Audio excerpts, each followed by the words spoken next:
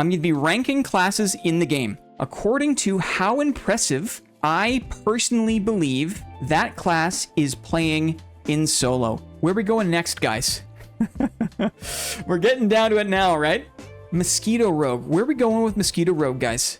I'm not sure, but we're putting Mosquito Rogue somewhere here. Again, we're asking how impressive is the class playing in solo, okay? And I'm asking, what do these classes have to overcome? What is impressive about any given class? And do they have access to any unbalanced advantages, any crutches? And this is the calculus that gives me my determination of how impressive I believe these classes are playing in solo. I have a shield fighter perspective, a strong fighter main bias, and so that's where I'm coming from. Mosquito Rogue, I'm putting somewhere at the bottom of the barrel, somewhere in C or D. In my opinion, in solo, it is easier for them to win than not, okay? I am not impressed by seeing Mosquito Rogue gameplay. What are some of the things the Mosquito Rogue has to fight through? What makes it difficult for the Mosquito Rogue to win? I don't know. Lower HP, I guess. Okay? I guess lower HP. On paper, you'd think a rogue is squishier than other classes, but you can build Vigor, right? You can build Tank Rogue, for sure. Also, you've got double jump. And if you make it easier for your opponents to hit your legs, then that is a huge nerf to damage. You're basically giving yourself a massive HP pool, right? Geared Rogue can build HP, yes. Double Jump Rogue can make you hit the legs instead of the head, which reduces the amount of damage coming in, which effectively increases their HP pool. What else does a Mosquito Rogue have to overcome to win? I guess you could say they are vulnerable to melee if they are slowed. So if a Smite Cleric catches them with a Morning Star, if a Mosquito Rogue is trapped in a module where they can't easily navigate or run, like kite in, they are vulnerable, I suppose. They are vulnerable to melee if slowed.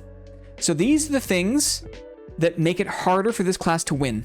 On the other end, are there any unbalanced advantages that this class has access to? What are the unbalanced advantages here? Well, move speed, kite, damage over time is kind of the perma meta. We think about solos. We think about a style of solo build that has always been strong in a solos context. It's move speed, it's kiting, it's damage over time. It's the perma solos meta. And Mosquito Rogue is kind of the archetypal embodiment, is the quintessential example of move speed, kite, damage over time. Very difficult to compete against as another solo player if you can't catch them. So this is, in my opinion, an incredibly strong, unbalanced advantage that goes to this class.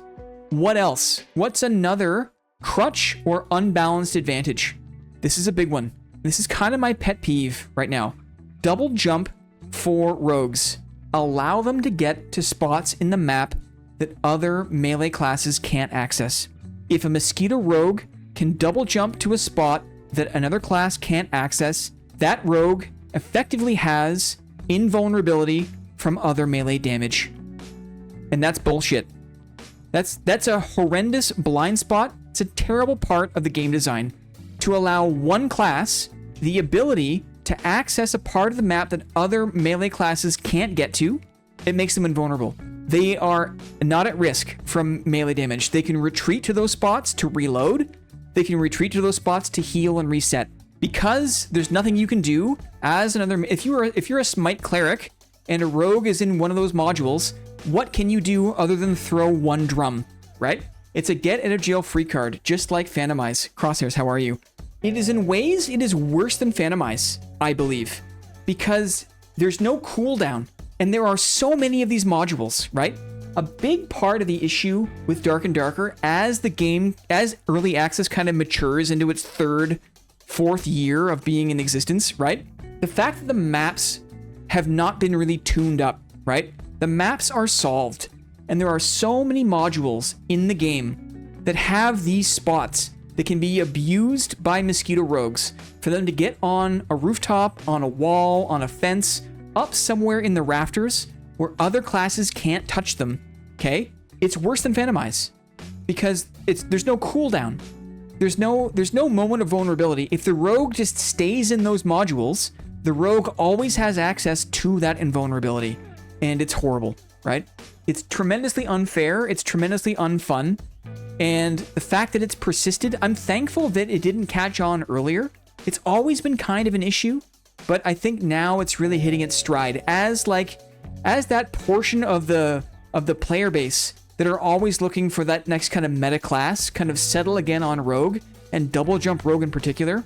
I remember back in the day when Ruins first came out, there was a lot of like double jump spots, but a lot of them were patched out, and then crows help, but there's kind of like, it's a bit of like whack-a-mole, right? Like you tamp down some places, but then players learn about other places.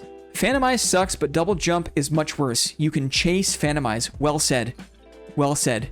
Didn't double jump used to have a -10 move speed, so it was more fair? That's true. So less people were using it because there was a move speed disadvantage? Right, yes. So there was a thing. And then perplexingly, right, was there any justification for why that move speed penalty was removed? Or did they just kind of do it on a whim, right? Very, very strange. Anyway, people that crutch on the Mosquito Rogue's double jump map spots are basically exploiting, I think. It is not a fair way to play the game, and those people are shitheads, right? They're shithead map abusers that are relying on this to gain advantage. We'll get to that later. But Mosquito Rogue, I am not impressed. I don't care what kind of play they make.